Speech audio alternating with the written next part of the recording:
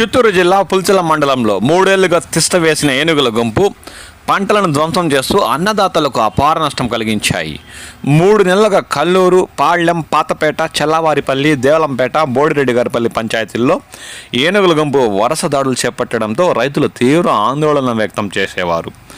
పంటలను ధ్వంసం చేస్తున్న ఏనుగుల గుంపు 5 రోజుల క్రితం మండలాన్ని వీడి సరిహద్దుల్లోని సద్దు మండలం వైపు తరలిపోవడంతో రైతులు కాస్త ఊపిరి పీల్చుకున్నారు. ఇంతలో మంగళవారం రాత్రి మళ్లీ మండలంలోకి ప్రవేశించిన ఏనుగుల గుంపు వరి, మామిడి చెట్లను ధ్వంసం చేశాయి. సదుం మండలంలోని పశ్చిమ విభాగం అటవీ ప్రాంతం నుంచి వచ్చిన 16 ఏనుగుల గుంపు ముందుగా కల్లూరు సమీపంలోని రిలయన్స్ టవర్ వద్దకు చేరుకున్నాయి.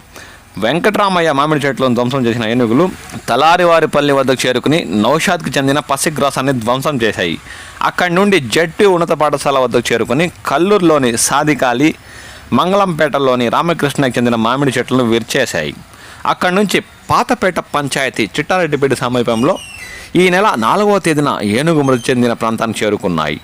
సమీపంలోని గుర్రప్ప వరి పంటను తొక్కేశాయి. అక్కడి నుండి 2 గ్రూపులుగా విడిపోయిన ఏనుగుల గుంపు ఆవుల పెద్దిరెడ్డిగారిపల్లి వైపు ఒక గ్రూపు, చుక్కవారిపల్లి వైపు మరో గ్రూపు వెళ్ళాయి. చుక్కవారిపల్లి సమీపంలోని శేఖర్కు చెందిన పూల తోటను ఏనుగులు ధ్వంసం చేశాయి. అక్కడ నుంచి చిట్టారెడ్డిపేట వద్దకు చేరుకున్న ఏనుగులు పీలర్లోని వెంకటరమణకు చెందిన టమాటా పంటను ధ్వంసం చేశాయి. చిట్టారెడ్డిపేట వద్ద కలిసిపోయిన ఏనుగులు గంటవారపల్లి మార్గంలో అడవిలోకి తిరిగి చేరుకున్నాయి. బుధవారం ఉదయం నుండి సాయంత్రం వరకు గోగులమ్మ వంక పరిసర ప్రాంతాల్లో 16 ఏనుగుల గుంపు తిష్ట వేసినట్లు అటవీ శాఖ అధికారులు పేర్కొన్నారు. గంటవారిపల్లికి రాకపోకలు సాగించే వాహనదారులు, ప్రజలు, రైతులు పలు జాగ్రత్తలు తీసుకోవాలని ఈ సందర్భంగా వారు హెచ్చరించారు. లేదంటే ఏనుగుల కంట పడితే దాడులు జరిగే అవకాశం ఉందని వారు ఈ సందర్భంగా పేర్కొన్నారు.